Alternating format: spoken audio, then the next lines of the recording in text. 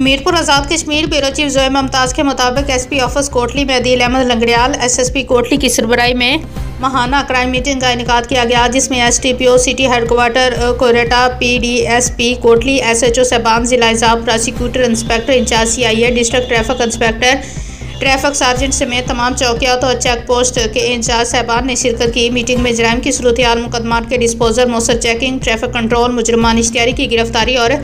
मंशियात और नजायज़ असले की रोकथाम पर तफसीली जायजा लिया गया। मुकदमात का मेरिट पर फौरी डिस्पोजल, कम ओवर ड्राइविंग और बगैर हेलमेट सवारों के खिलाफ कार्रवाई